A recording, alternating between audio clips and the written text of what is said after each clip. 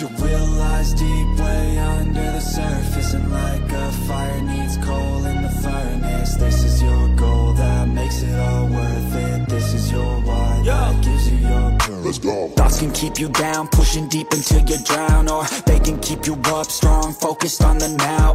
Glass half full, or has it been emptied out? Well, that's all up to you and your mind. Do you doubt anything, everything, not a thing? Make my thoughts work for me. Toprak Razgatlioglu tantang Marc Marquez di MotoGP, Marco Bezzecchi hanya tertawa. Dunia balap sedang bersiap menyambut duel besar yang belum pernah terjadi sebelumnya. Toprak Razgatlioglu, juara dunia Superbike 2 kali, akan memulai petualangan barunya di ajang MotoGP musim 2026. Namun, yang membuat dunia balap semakin bergelora bukan hanya debutnya, melainkan pernyataannya yang langsung menyentil para raja di kelas utama. Saya sudah lama menunggu untuk bisa bersaing langsung dengan Marc Marquez, ucap Toprak penuh percaya diri. Saya tahu dia tahu, bahwa saya mengincar posisi itu. Sontak, pernyataan itu menyita perhatian padek MotoGP. Marc Marquez, sang ikon MotoGP yang tengah memimpin klasemen 2025, tak kaget sedikit pun. Bahkan ia menyambut tantangan itu dengan senyuman penuh keyakinan. Toprak adalah pembalap luar biasa. Dia sangat kuat di WSBK. Dan saya rasa dia punya gaya balap yang cocok dengan MotoGP, terutama dalam pengereman, kata Marc. Saya tahu dia menantikan saya. Dan saya juga menantikan saat kami bisa bertarung di lintasan. Bagi Marc, ini bukan sekadar pertemuan dua pembalap. Ini adalah awal dari rivalitas yang akan menguji batas-batas kemampuan dan strategi. Namun tidak semua pembalap MotoGP menanggapi serius ambisi Toprak. Saat ditanya soal komentar Toprak yang ingin melawan Marc Marquez, Marco Bezzecchi justru tertawa ringan. Dia lucu juga, ya, ucap Bezzecchi sambil tertawa kepada media. Baru datang dari WSBK sudah langsung menyebut Marc? Dia belum tahu seperti apa kerasnya MotoGP. Meski ucapannya terdengar sebagai candaan, komentar Bezzecchi menyiratkan satu hal penting, dunia MotoGP tak mudah ditaklukkan. Saya tidak meremehkan Toprak. Tapi dia harus tahu, ini bukan sekadar soal kencang atau pengereman. Di sini, kamu harus tahu kapan bermain otak, kapan ambil risiko, dan kapan bertahan. Bezzecchi, yang telah naik podium MotoGP dan dikenal sebagai pembalap yang cerdas serta konsisten, seolah menjadi suara skeptis dari padek, menantikan apakah Toprak benar-benar bisa membuktikan ucapannya. Di balik ketegasan kata-katanya, Toprak mengaku tidak mudah meninggalkan Superbike. Saya merasa campur aduk. Sedih karena saya meninggalkan tim yang seperti keluarga, tapi juga bahagia karena ini mimpi yang jadi nyata, ujar Toprak dengan mata berkaca-kaca. Selama lebih dari 1 dekade, ia menjadi ikon di World Superbike. Gelar juara dunia, selebrasi, stopie, dan manuver-manuver spektakulernya membangun legenda Toprak sebagai pembalap penuh gaya dan nyali. Masuk MotoGP bukan sekadar naik level, itu berarti menghadapi motor yang lebih buas, teknologi lebih kompleks, dan lawan-lawan yang jauh lebih tajam. Banyak juara WSBK gagal berprestasi di MotoGP. Nama-nama seperti Toselan, Edwards, hingga Ben Spies menjadi contoh nyata. Berbakat, tapi tidak semua bisa beradaptasi. Toprak sadar akan hal itu.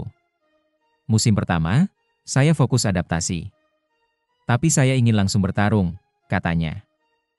Marc Marquez tidak menganggap remeh Toprak.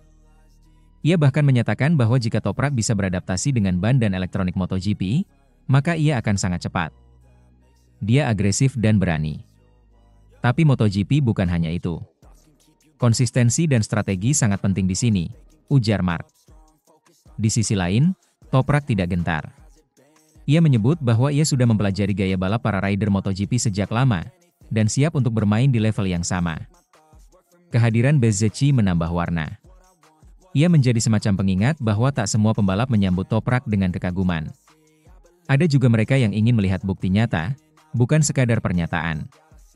Bezzecchi bahkan menambahkan, banyak pembalap hebat dari Superbike datang ke sini dan kesulitan. Saya akan senang melihat bagaimana dia bertahan di 5 seri pertama. Dunia MotoGP sedang bersiap menyambut babak baru. Toprak Razgatlioglu bukan sekadar pembalap baru, ia adalah sosok yang datang dengan reputasi besar dan ambisi membara. Namun, seperti kata Bezzecchi, reputasi tidak cukup. Di MotoGP, kamu harus membuktikannya setiap minggu. Akankah Marc Marquez dan Toprak jadi rival sejati yang memanaskan musim 2026?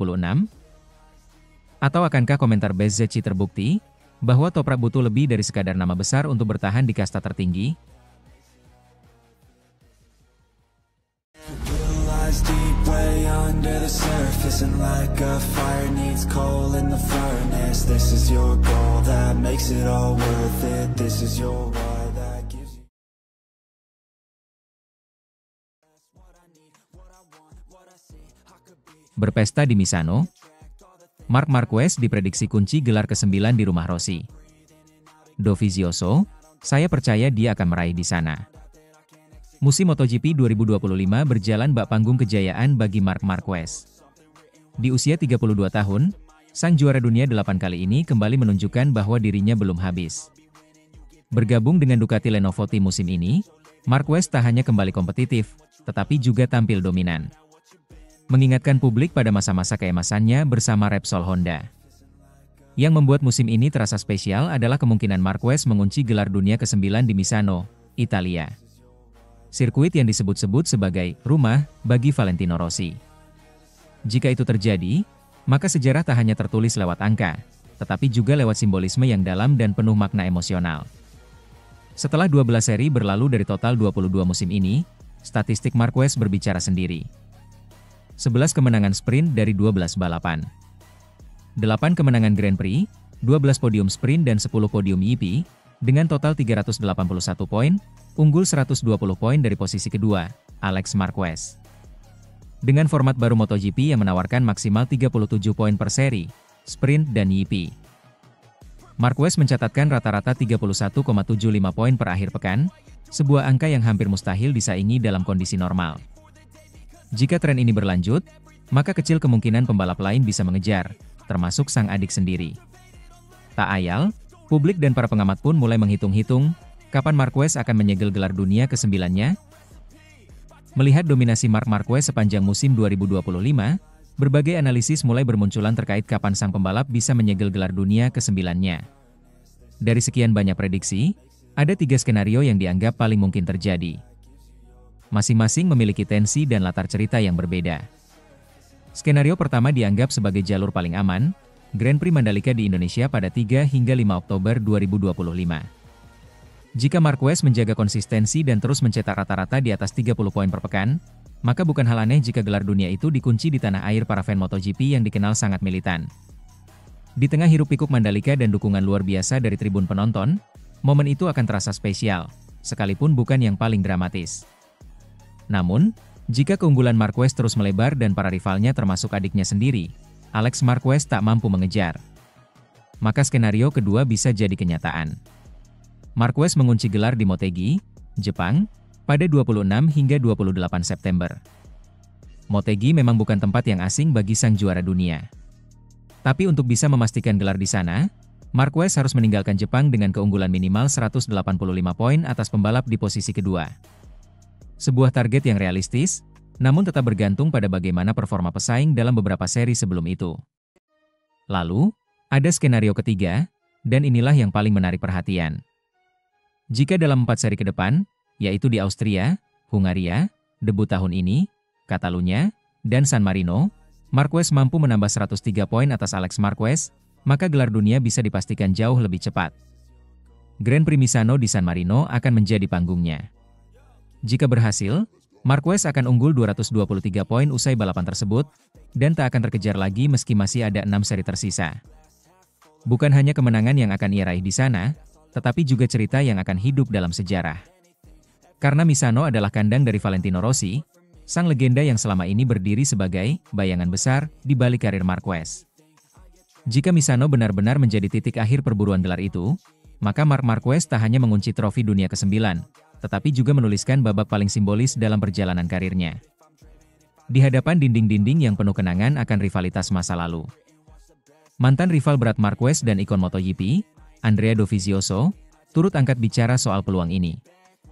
Dalam sebuah wawancara dengan media Italia, Dovi yang 3 kali berturut-turut finish runner-up di belakang Marquez, 2017-2019, menyebut bahwa hanya satu hal yang bisa menggagalkan skenario ini. Kalau dia tidak cedera, itu sudah pasti.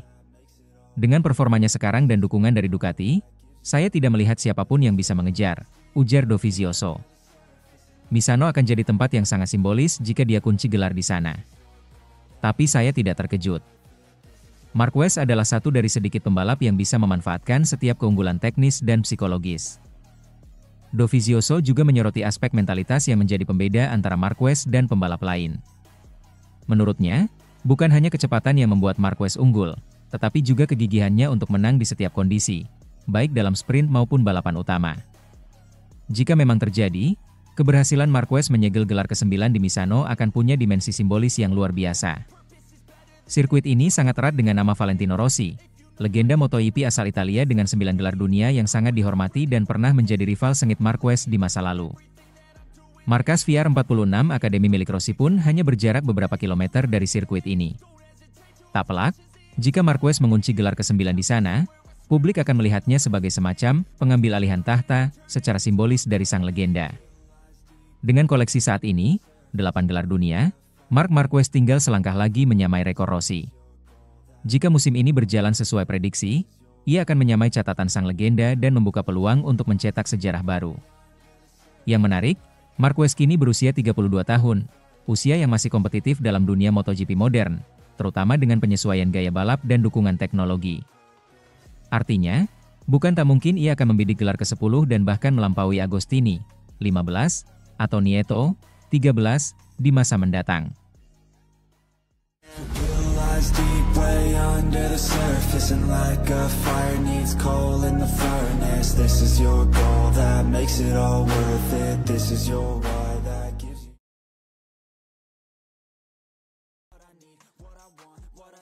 Digusur Marc Marquez, Enea Bastianini merasa aneh dengan keputusan Ducati, tapi saya tak bisa berkata apa-apa. Drama di balik layar dunia MotoGP kembali mencuat. Kali ini datang dari pembalap Italia, Enea Bastianini, yang akhirnya buka suara soal kepergiannya dari Ducati setelah posisinya digantikan oleh sang mega bintang, Marc Marquez. Pembalap Red Bull KTM Tech 3, Enea Bastianini, baru-baru ini tampil dalam podcast MIG Bubble bersama rekan sesama rider Italia, Andrea Migno.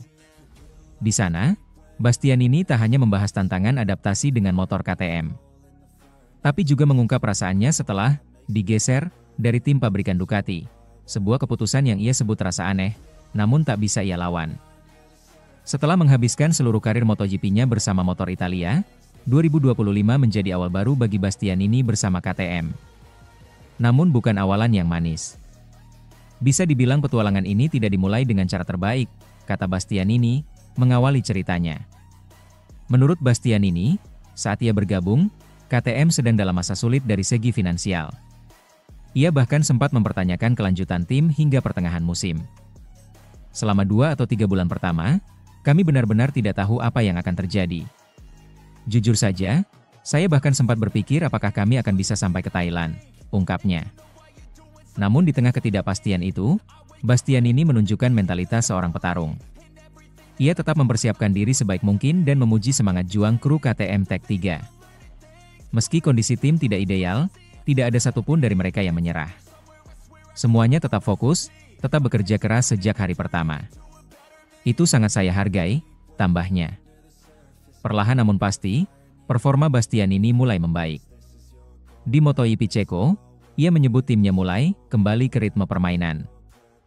Namun kisah Enea Bastianini di Ducati, yang seharusnya jadi puncak karirnya, justru berujung getir.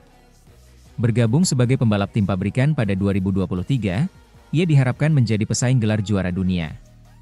Tapi nasib berkata lain.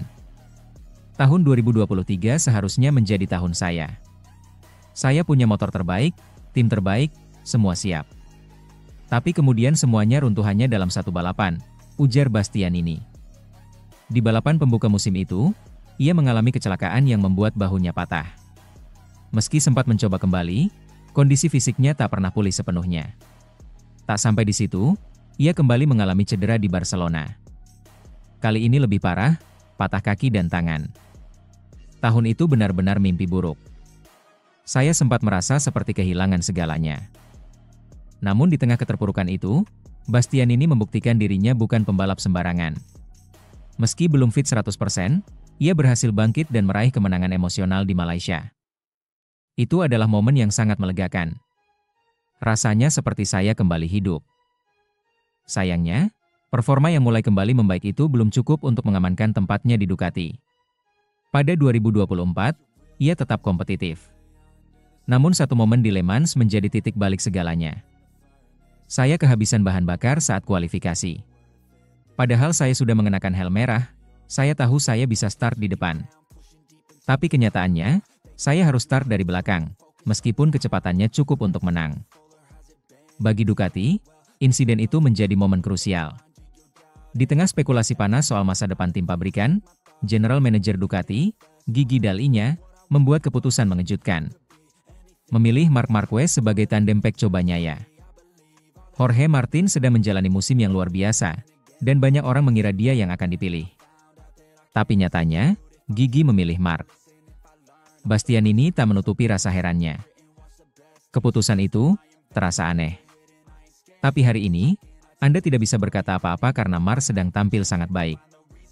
Yang menarik, Bastianini menegaskan bahwa hubungannya dengan Dall'Igna tetap baik, meski keputusan itu menyakitkan.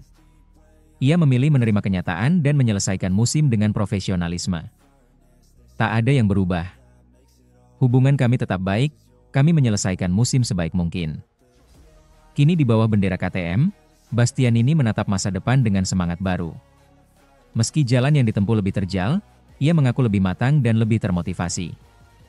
Setelah semua yang terjadi, saya tidak menyesal.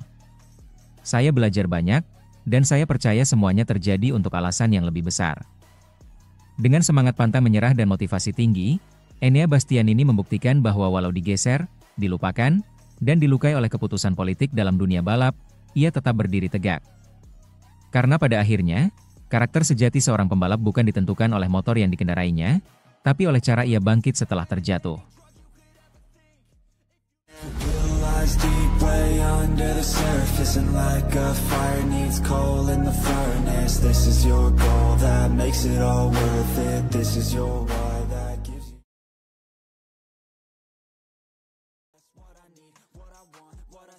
Statistik MotoGP 2025, dominasi luar biasa Marc Marquez dan kejutan dari Alex Rins. Memasuki paruh musim MotoGP 2025, dunia balap motor kasta tertinggi kembali menyuguhkan cerita penuh kejutan, dominasi, dan konsistensi dari para pembalap top dunia. Setelah melewati 12 seri balapan atau total 22 race, termasuk sprint, statistik menunjukkan bahwa musim ini begitu luar biasa. Terutama karena satu nama yang kembali mencuat dan seakan ingin mengukir sejarah baru, Marc Marquez. Marc Marquez, yang musim ini membalap untuk tim Ducati Lenovo, tampaknya telah benar-benar menyatu dengan Desmos Medici. 8 kali juara dunia ini tampil beringas dan efisien, hingga disebut-sebut sedang dalam performa terbaik sepanjang karirnya. Hingga pertengahan musim, Marquez telah memenangkan 8 race utama, dan yang lebih mencengangkan lagi, dia berhasil meraup 141 dari 144 poin maksimal yang tersedia dalam balapan sprint. Konsistensi dan efisiensinya hampir sempurna, ia hanya kehilangan 3 poin dalam sprint sepanjang 12 seri. Jika itu belum cukup impresif, Marquez juga telah memimpin balapan sebanyak 243 lap, sebuah angka yang sangat jauh meninggalkan para pesaingnya. Saat ini, Marquez memimpin klasemen dengan selisih 120 poin dari adiknya sendiri, Alex Marquez, yang berada di posisi kedua. Angka ini sangat jarang terlihat dalam beberapa musim terakhir, bahkan di era dominasi Valentino Rossi atau Jorge Lorenzo sekalipun. Dengan keunggulan lebih dari 100 poin di pertengahan musim, bayang-bayang gelar juara dunia ke-9 pun tampak semakin dekat untuk sang baby alien. Dominasi Marc Marquez ini rupanya bukan hanya dirasakan oleh penonton dan penggemar, tapi juga oleh para petinggi tim lain. Bos Aprilia Racing, Massimo Rivola, secara terbuka mengakui keterkejutannya melihat seberapa tinggi level performa Marquez musim ini. Saya harus jujur, statistik Marc benar-benar gila. 141 dari 144 poin sprint? Itu seperti dunia lain, ujar Rivola. Kita semua tahu dia pembalap luar biasa, tapi musim ini dia benar-benar menggabungkan kecepatan, pengalaman, dan strategi secara sempurna. Rasanya seperti menghadapi Marquez versi 2.0. Rivola juga menyebut bahwa data semacam ini menjadi peringatan bagi semua tim, termasuk Aprilia, untuk terus berkembang. Kami punya motor yang bagus, Bezzecchi sangat aktif dalam pengembangan, tapi saat melihat apa yang dilakukan Marquez, kami tahu bahwa levelnya harus lebih tinggi lagi. Dalam urusan memimpin balapan, Marc Marquez benar-benar berada di kelas tersendiri. Statistik menunjukkan bahwa dari semua lap yang telah dijalani, ia memimpin 243 lap, lebih dari 3 kali lipat dari rival terdekatnya. Alex Marquez berada di urutan kedua dengan 68 lap, diikuti oleh Fabio Quartararo, 29 lap, Marco Bezzecchi, 28 lap, dan Francesco Bagnaia serta Johann Zarco yang masing-masing mencatat 19 lap. Menariknya, total ada 10 pembalap yang pernah mencicipi posisi terdepan dalam balapan musim ini, termasuk Franco Morbidelli, Pedro Acosta, dan Maverick Vinales. Meski demikian, tidak ada satupun dari mereka yang mampu mempertahankan konsistensi seperti Marquez. Statistik ini seolah mempertegas bahwa saat ini, tak ada yang benar-benar bisa menyaingi kekuatan Marquez di lintasan. Namun, jika berbicara soal aktivitas di sesi latihan, bukan Marquez yang paling dominan. Pembalap tim pabrikan Aprilia, Marco Bezzecchi, mencatat jarak tempuh terjauh dengan EBI dari 4.140 km. Di bawah Bezzecchi, ada Brad Binder yang juga menjadi satu-satunya pembalap lain yang menembus angka 4.000 km dalam sesi latihan. Salah satu statistik paling mengejutkan datang dari pembalap Yamaha, Alex Rins. Meski hanya berada di posisi 18 klasemen sementara dengan 42 poin. Rins justru menjadi pembalap dengan jarak tempuh terjauh di race utama, yakni 1.372 km. Ia adalah satu-satunya rider yang selalu finish di semua balapan, termasuk sprint dan race utama. Konsistensinya luar biasa, namun hasil akhir tidak berbanding lurus. Hal ini memperlihatkan realita pahit MotoGP, finish saja tidak cukup jika tidak disertai posisi yang kompetitif. Rins memang tak pernah gagal menyelesaikan race, tapi jika finish di luar 10 besar, poin yang didapat tetap minim. Di bawah Rins, ada nama-nama seperti Raul Fernandez, Marc Marquez, dan Fabio Di Giannantonio yang juga cukup konsisten menyelesaikan race, namun tidak selalu menempuh seluruh jarak maksimal seperti Rins. Di sisi lain, Jorge Martin harus menepi cukup lama akibat cedera parah. Ia baru kembali turun ke lintasan pada sprint di Qatar dan Yipi Ceko. Sehingga total hanya mampu menempuh 183 km balapan dan 609 km latihan, terendah di antara pembalap reguler. Lebih rendah dari itu hanya Pol Espargaro, yang tampil sebagai wildcard satu kali saja di Yipi Ceko, menggantikan Maverick Vinales yang sedang cedera. Espargaro mencatat jarak 437 km, termasuk sesi latihan dan balapan. Melihat data sejauh ini, Marc Marquez tak hanya menunjukkan kekuatan sebagai pembalap hebat, tetapi juga sebagai pembalap yang mampu beradaptasi cepat dan memanfaatkan potensi motornya secara maksimal. Konsistensinya dalam sprint dan balapan utama, plus minimnya kesalahan, menjadikan dirinya favorit mutlak untuk gelar juara dunia ke-9. Musim masih menyisakan 10 seri lagi. Apakah ada yang bisa menghentikan laju Marc Marquez? Ataukah kita sedang menyaksikan sejarah baru dalam dunia balap motor modern? Deep way under the surface, and like a fire needs coal in the furnace. This is your goal that makes it all worth it. This is your why that gives what I need, what I want, what I see. I could be. Red Bull Ring bersahabat dengan Ducati, Marc Marquez ketiban berkah demi pecah telur. Pekan depan, panggung MotoGP kembali memanas dengan bergulirnya MotoGP Austria 2025, seri ke-13 dalam kalender balapan kelas Premier. Di tengah hiruk-pikuk rivalitas antar pembalap, satu nama mencuri perhatian, Marc Marquez, sang pemuncak klasemen sementara. Yang tampaknya tengah mencium aroma manis dari potensi kemenangan perdananya di Red Bull Ring. Sirkuit yang terletak di Spielberg, Austria, ini selama bertahun-tahun dikenal sebagai wilayah kekuasaan motor Ducati. Dan kini, untuk pertama kalinya dalam karirnya, Marquez akan datang ke sana dengan status rider Ducati penuh, mengendarai Desmosedici EP25. Kombinasi ini bisa menjadi momentum emas bagi The Baby Alien untuk pecah telur di trek yang selama ini justru menjadi batu sandungan. Sejak Red Bull Ring kembali masuk kalender MotoGP pada 2016, Marc Marquez belum pernah mencicipi kemenangan di sana. Walau berkali-kali tampil kompetitif dan bahkan beberapa kali nyaris menang, namun podium tertinggi selalu luput dari genggamannya.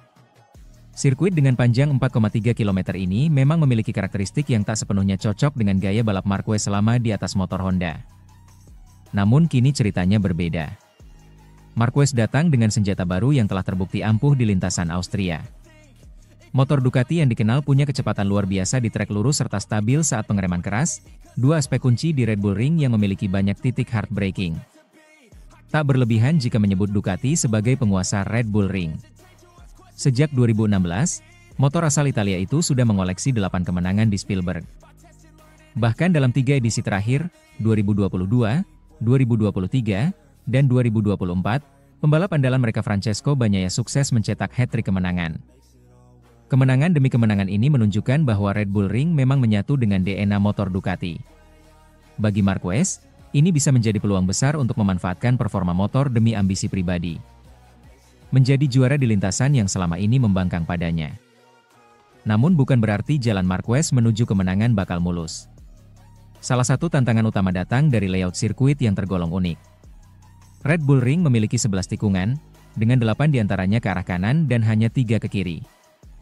Hal ini cukup krusial karena secara historis, Marquez lebih kuat saat menikung ke kiri. Sementara saat harus bermanuver ke kanan, performanya sedikit menurun, terutama sejak kecelakaan hebat yang ia alami beberapa tahun lalu. Namun menariknya, Marquez berhasil mematahkan anggapan tersebut di sirkuit Assen, Belanda, yang justru memiliki komposisi tikungan mirip, 12 ke kanan dan 6 ke kiri. Di sana, Marquez tak hanya tampil impresif, tapi juga sukses merebut kemenangan ganda, baik di sprint race maupun main race. Performa Marquez dalam beberapa seri terakhir benar-benar luar biasa. Dalam 5 seri terakhir, pembalap asal Cervera ini mengamankan double win sebanyak 5 kali. Dominasi itu menegaskan bahwa dirinya telah sepenuhnya menyatu dengan karakter Desmosedici dan mampu memaksimalkan keunggulan motor tanpa meninggalkan gaya agresif khasnya. Tak hanya itu, adaptasi cepat Marquez terhadap strategi tim Ducati, sistem elektronik yang lebih kompleks, dan perilaku ban Michelin membuatnya jadi pembalap paling konsisten musim ini. Ia tak hanya cepat di atas lintasan, tapi juga pintar dalam membaca balapan dan tahu kapan harus menyerang atau menunggu momen yang tepat. Dengan klasemen yang masih ketat dan kejuaraan dunia masih jauh dari kata aman. Kemenangan di Austria bisa menjadi titik krusial dalam perjalanan Marquez merebut gelar juara dunia ke-9 dalam karirnya, sekaligus yang pertama bersama Ducati. Ini juga menjadi ajang pembuktian bahwa dirinya masih layak disebut sebagai salah satu pembalap terbaik sepanjang masa.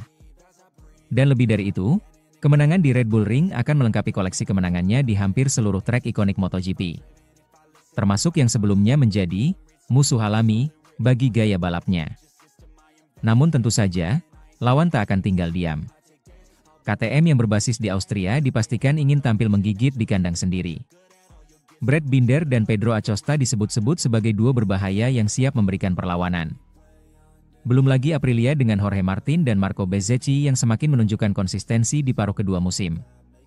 Namun jika melihat statistik dan performa terkini, semua mata tetap akan tertuju pada Marc Marquez, sang bintang utama yang tengah memburu sejarah baru. MotoGP Austria 2025 bisa jadi adalah momen besar bagi Marc Marquez.